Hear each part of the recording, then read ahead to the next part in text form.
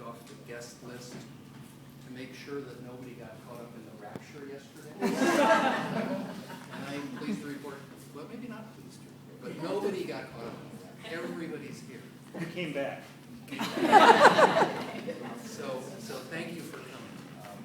It's so good to see everybody and to help us recognize Catherine and her achievements. I want to take you back to 1983. The fall of 1983, Catherine was like not quite 2 years old. And her education started in Elkhart, Indiana.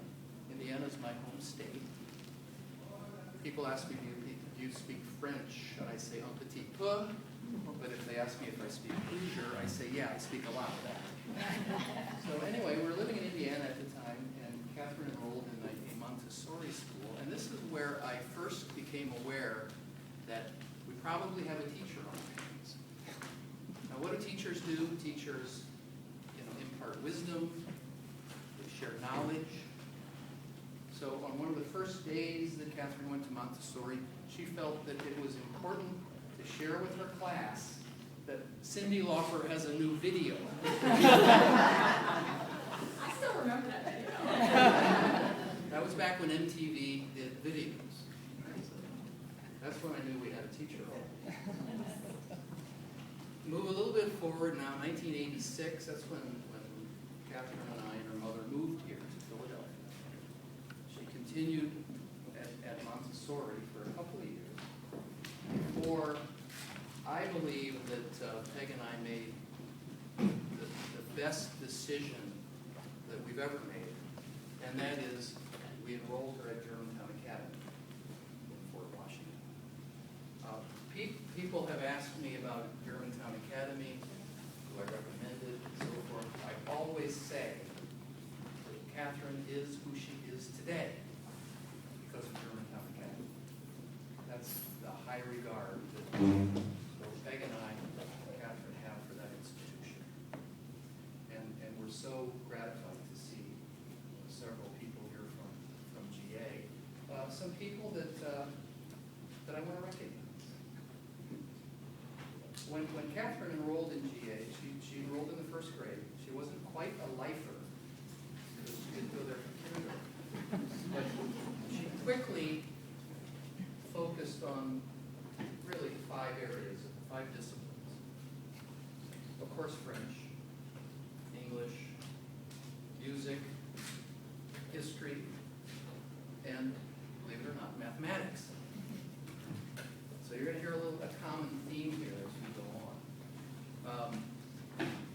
I'd like to first recognize when Catherine was, I can't remember what grade, it was very early, but she decided to take violin lessons and become a part of the GA orchestra. And it's Joan Poltenstein is responsible for bringing Catherine along in her music. Joan, please.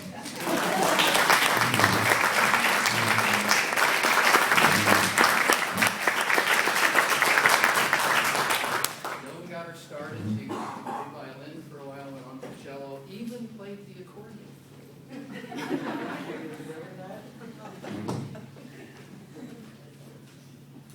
Next we move on to history. Catherine always had a keen interest in history, and I think for much of that we need to thank David Hilling. Where's David?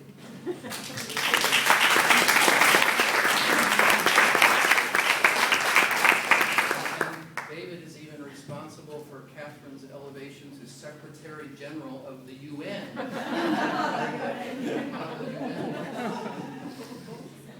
So I won't say it's your fault. The world won't hold you responsible.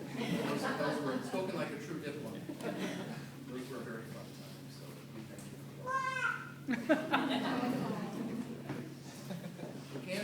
We can't neglect English, Catherine's native tongue. Not Hoosier, it's English. And for much of that, we want to thank Robin Graffam. Where's Robin?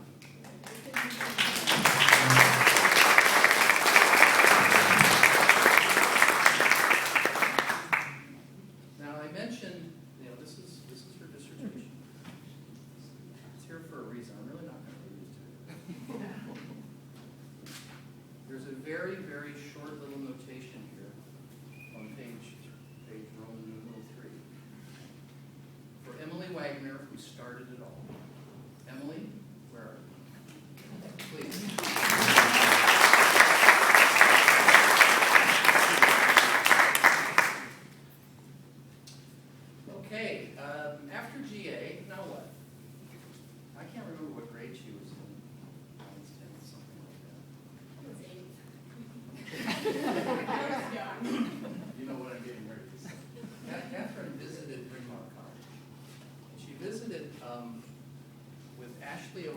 Ashley's not here today, but Catherine's friend Carrie, Ashley is Carrie's sister. Ashley was at Bryn Mawr at the time. And Catherine spent a day there with Ashley at Bryn Mawr. And Peg and I were a little bit concerned when Catherine came home because she says, if I don't get into Bryn Mawr, I'm not going to. So we went, okay.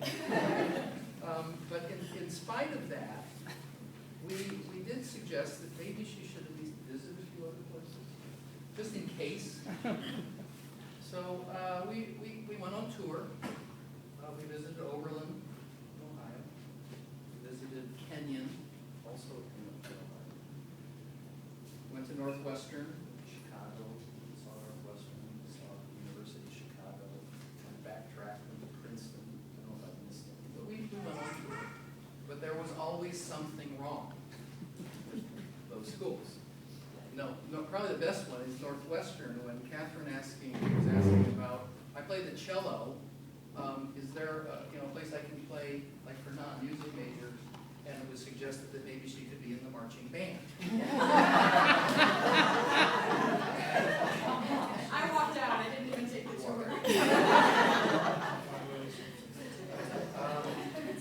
University of Chicago, her issue there was she got the acceptance letter and she didn't like the way they used the word erudite in the acceptance letter. I don't know what goes on. But anyway, fortunately, she was accepted at Bryn Mawr, where she spent 4 years getting her bachelor's and her master's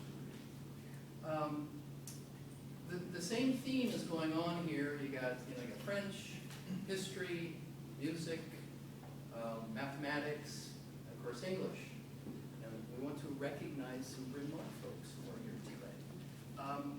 Catherine continued her musical career under the baton of Heidi Jacobs. Heidi, you're here somewhere.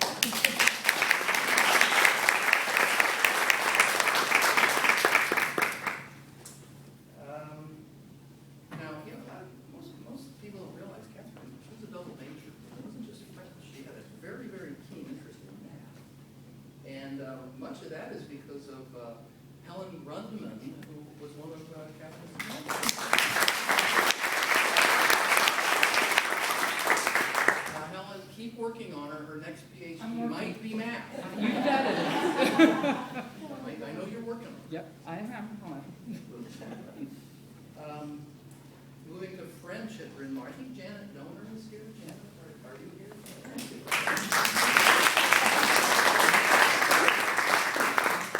And Catherine Lafarge was here for a little bit. She left. Catherine Lafarge was one of Catherine's French professors at Bryn Mawr.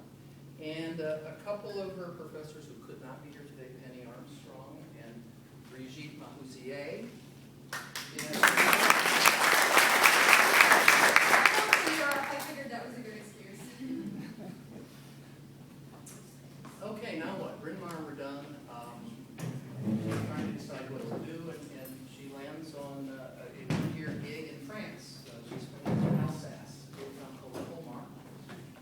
We visited, and that's where I got acquainted with Alsatian wine.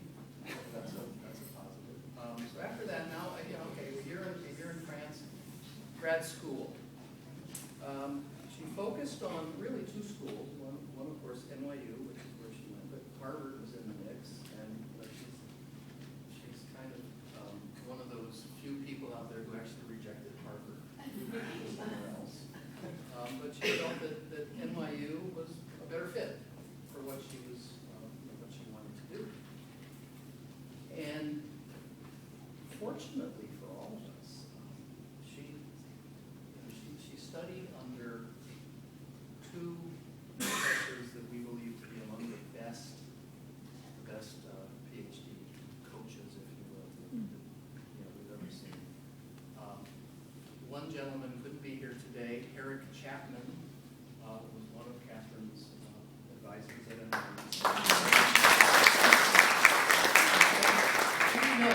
Judy, please.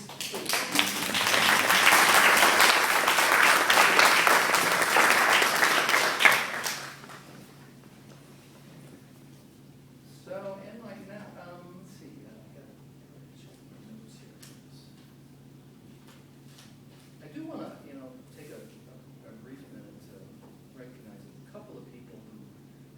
some distance.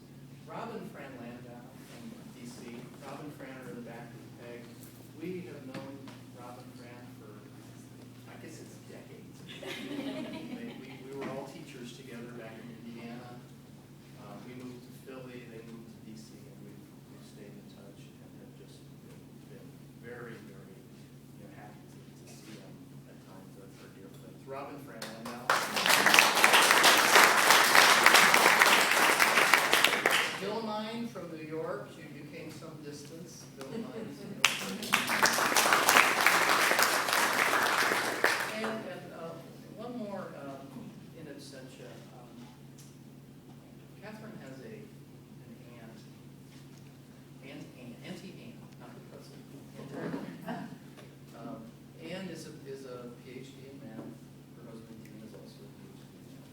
Catherine and Ann have talked a lot over the years. Ann has been a very, very instrumental coach to Catherine as she progressed through all of her education. So we do want to recognize Ann, Catherine's Ann.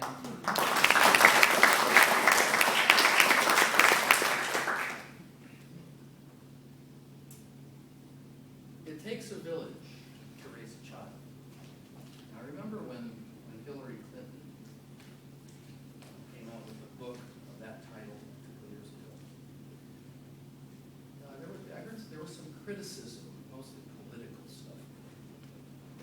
It takes a village. People said, well, doesn't take a village, it takes a family. Or it takes a church, or it takes this or that, the other thing. People who say that miss the point.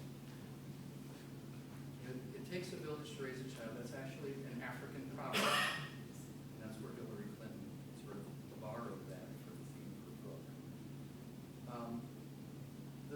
So I went on the internet this morning, and thanks to Google, the wonderful invention of Google, I was curious. I'm going, what does it mean?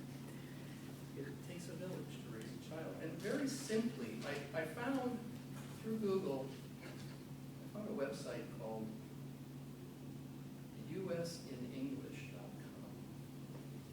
And there's a section of idioms. And according to this website, it takes a village to raise a child. That's an idiom, and it means very simply, it takes many people to teach a child all that he or she should know. It takes many people to teach a child all that he or she should know. That's the village. And what I'd like to do in closing is raise a toast to all of you in this